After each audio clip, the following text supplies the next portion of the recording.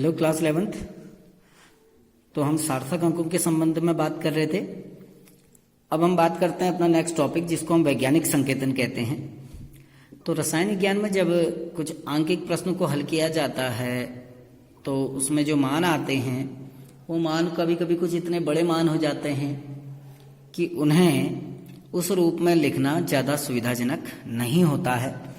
तो आंकिक जो भी प्रश्न हैं या जो आंकिक गणनाएं की जाती हैं उसमें संख्याओं को, जो बड़ी बड़ी संख्याएं होती हैं या कभी कभी बहुत छोटी संख्याएं प्राप्त हो जाती हैं, तो उनको लिखने के लिए एक विशेष विधि का प्रयोग किया जाता है जिसे हम वैज्ञानिक संकेतन कहते हैं, साइंटिफिक नोटेशन। ठीक है ना। तो वैज्ञानिक संकेतन में क्या किया जाता है, किसी संख्या को n into 10 to the power n के फॉर्म में लिखा जाता है। ठीक है ना, n into 10 to the power n के रूप में। जैसे उदाहरण के तौर पे यदि हमारे पास कोई संख्या है 1 2 3 0 0 0 0 0 0, बहुत सारे जीरो हैं, कितने भी हो सकते हैं। अब जब हम इतनी बड़ी संख्या को लेते हुए, या कभी कभी ये जीरो की जगह पर कोई अंक भी हो सकते हैं, तो जब हम इतनी बड़ी संख्या को लेते हुए कुछ आंकिक गणनाएं करते हैं तो मान, बहुत लंबा मान प्राप्त होता है। तो उस समय आंकिक गणनाएं करते समय कुछ दिक्कतें आती हैं, इसलिए इसको सिंप्लीफाई करने के लिए वैज्ञानिक जो साइंटिफिक नोटेशन है उसका प्रयोग किया जाता है। तो इस संख्या को हम इस फॉर्म में लिखेंगे, यानी n into 10 to the power n के फॉर्म में। ठीक है ना। तो इस संख्या में अभी कोई डेसिमल पॉइंट नहीं है, तो हम मान के चलते हैं कि डेसिमल पॉइंट ये लास्ट में है, तो इस पॉइंट को खिसकाते हैं। ठीक है ना। तो साइंटिफिक नोटेशन में हमेशा याद रखना कि पॉइंट को, जो फर्स्ट डिजिट है वहां तक खिसकाया जाता है, यानी पहले अंक के बाद तक पॉइंट को खिसकाया जाता है। तो हम इस पॉइंट को खिसका रहे हैं 1 2 3 4 5 6 7 8 9 पॉइंट तक। तो इसको हम क्या लिख सकते हैं, 1.23 इंटू 10 टू दी पावर 9। ये ध्यान रखना, दशमलव जब बाईं ओर को खिसकता है तो जो घात होती है, जितने स्थान खिसकेगा उतनी घात होगी, और घात कैसी होगी, पॉजिटिव होगी। ठीक। अगर हम जो हमारा पॉइंट है उसको हम दाईं ओर खिसकाएंगे तो हमारी घात नेगेटिव में इंक्रीज होती है। कैसे, देखो, जैसे एक उदाहरण देता हूं, 0.000415 है ना। इसको हम साइंटिफिक नोटेशन में जब हम लिखते हैं वैज्ञानिक संकेतन में, तो हम पॉइंट को पहले गैर शून्य अंक के बाद तक खिसकाते हैं। हमेशा याद रखना, यहां भी पहले गैर शून्य अंक के बाद तक खिसकाया था, लेकिन हम किस दिशा में आए थे, बाईं ओर। अभी हम कहां को जाएंगे, दाईं ओर को। कितने अंक जा रहे हैं, देखिए 1 2 3 4, 4 अंक तक। तो 4.15 इंटू 10 टू दी पावर, अब कितने अंक किसकाया हमने, 1 2 3 4, 4 अंक किसकाया, तो 10 टू दी पावर 4। लेकिन क्योंकि दाईं ओर को जब जाता है पॉइंट तो हमारी घात कैसी होती है, ऋणात्मक, और जब बाईं ओर को जाता है पॉइंट तो घात कैसी होती है, धनात्मक। कुछ और एग्जांपल लेते हैं। देखिए, जैसे तीसरा एग्जांपल है, हमको एक मान दिया है 0.0048। इसको हमने साइंटिफिक नोटेशन में लिखना है। तो पॉइंट कहाँ लगाना है, पहले नॉन जीरो डिजिट के बाद, यानी 4 के बाद दशमलव लगेगा। कितने स्थान खिसकाना पड़ेगा, 1 2 3। तो हम इसको क्या लिखेंगे, 4.8 इंटू 10 टू दी पावर 3, लेकिन क्योंकि दाईं ओर जा रहा है तो -3 है ना। ऐसे ही देखिए कोई मान है, जैसे फोर्थ आपका 783.4। अब इसको हमने, क्योंकि साइंटिफिक नोटेशन में याद रखना कि पहले नॉन जीरो डिजिट के बाद पॉइंट लगेगा, तो 7 के बाद पॉइंट लगना है। तो हमको पॉइंट कितने स्थान खिसकाना पड़ेगा, 1 2। तो हमारा मान क्या आ जाएगा, 7.834 इंटू 10 टू दी पावर, कितने स्थान खिसकाया, 2। किस ओर खिसकाया, बाईं ओर को। ठीक है ना। तो जब बाईं ओर घात अगर खिसकती है या दशमलव खिसकता है तो घात कैसी रहती है, हमारी पॉजिटिव रहती है। तो इसका ही मान हो गया, है ना। एक लास्ट और कर लेते हैं। जैसे छठा पॉइंट है 8008। इसको हमने साइंटिफिक नोटेशन में लिखना है ना। तो साइंटिफिक नोटेशन में लिखने के लिए क्या करते हैं हम, जो डेसिमल पॉइंट है, अभी इसमें कोई डेसिमल नहीं है तो लास्ट डिजिट के बाद पॉइंट माना जाता है। अब हम इसको पहले नॉन जीरो डिजिट के बाद तक लाना है, यानी 8 के बाद में लगाना है यहाँ पर। तो कितने स्थान किसके आएंगे? 1 2 3, तो वैल्यू आ गई 8.008 इंटू 10 टू दी पावर, कितने स्थान किसका है? 3। बाईं ओर किसका है? तो घात कैसी रहेगी? धनात्मक रहेगी। तो ये हमारा था कि हम किस तरीके से वैज्ञानिक संकेतन के रूप में लिखते हैं। हमारा जो नेक्स्ट टॉपिक है वो है रासायनिक संयोजन के नियम। जैसा कि हम जानते हैं कि पदार्थ की सबसे छोटी इकाई जो होती है उसको हम कहते हैं एटम, है ना। और समान या जो भिन्न भिन्न तत्वों के परमाणु होते हैं वो आपस में संयोजित होकर अणु का निर्माण करते हैं। ये हम क्लास 9th में पढ़ चुके हैं कि किसी भी पदार्थ की जो सबसे छोटी इकाई है वो होती है एटम, होती है ना। और पदार्थ की सबसे छोटी इकाई जो है वो चाहे दो समान तत्वों के परमाणु हो या दो भिन्न भिन्न तत्वों के परमाणु हो, वो आपस में संयोजित होकर अणु का निर्माण करते हैं, ठीक है ना।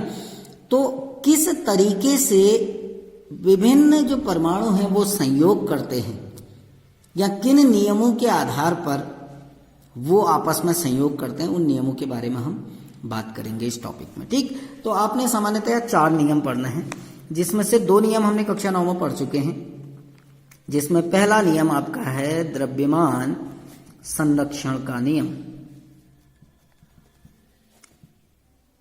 द्रव्यमान संरक्षण का नियम, लॉ ऑफ मास कंजर्वेशन। द्रव्यमान संरक्षण का नियम पहला आपने पढ़ना है। दूसरा आपने पढ़ना है स्थिर अनुपात का नियम, स्थिर अनुपात का नियम, स्थिर अनुपात का नियम, लॉ जिसको हम कहते हैं लॉ ऑफ कांस्टेंट कंपोजिशन। तीसरा हमने पढ़ना है गुणित अनुपात का नियम, गुणित अनुपात का नियम। और चौथा आपने पढ़ना है गैलुसैक का आयतनों का नियम, गैलुसैक का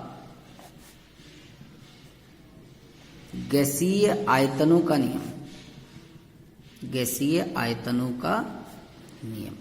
तो ये 4 नियम हमने पढ़ने हैं। तो पहले नियम से शुरुआत करते हैं, जिसको हम कहते हैं द्रव्यमान संरक्षण का नियम, द्रव्यमान संरक्षण का नियम, लॉ ऑफ मास कंजर्वेशन, ठीक है ना। द्रव्यमान संरक्षण का नियम जो है ये 1774 में जो लैवोशिए थे, जिनको हम रसायन शास्त्र के पिता भी कहते हैं, ठीक है ना, या आधुनिक रसायन के जो पिता हैं, फ्रांस के रसायन लैवोशिए द्वारा ये नियम दिया गया 1774 में। और ये नियम किस आधार पर है? ये रासायनिक अभिक्रिया या किसी भौतिक परिवर्तन में अभिकारकों और उत्पादों के द्रव्यमान से रिलेटेड है, इसीलिए इसको द्रव्यमान संरक्षण का नियम कहते हैं। इस नियम के अनुसार होता क्या है?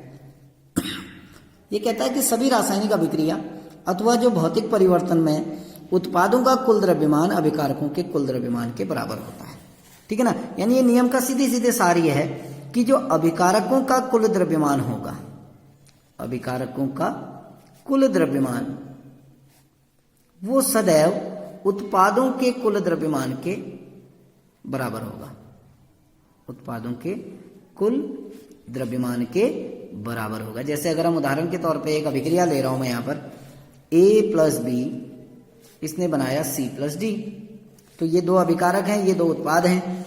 तो A का द्रव्यमान यानी WA है ना, B का द्रव्यमान यानी WB, ये हमेशा बराबर होगा C के द्रव्यमान और D के द्रव्यमान, यानी ये अभिकारकों का कुल द्रव्यमान हो गया WA प्लस WB। ऐसे ही WC प्लस WB क्या हो गया? उत्पादों का कुल द्रव्यमान। तो ये नियम कहता है, मैं यहां पर लिख देता हूं, ये नियम कहता है कि किसी रासायनिक अभिक्रिया अथवा भौतिक परिवर्तनों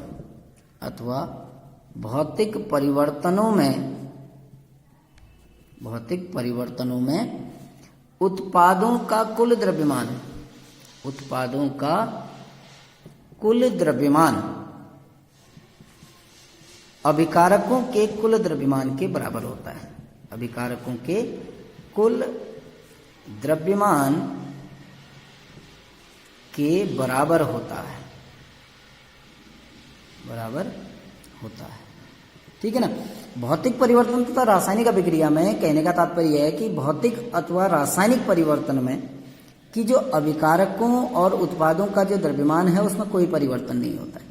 इसको हम इसलिए भी कह सकते हैं, ऐसे इस तरीके से भी कह सकते हैं कि पदार्थ को ना तो बनाया जा सकता है और न ही पदार्थ को नष्ट किया जाता है, इसलिए इसको द्रव्यमान की अविनाशिता का नियम भी कहते हैं। इस नियम का जो सत्यापन था वो लैंडोल्ट ने किया था।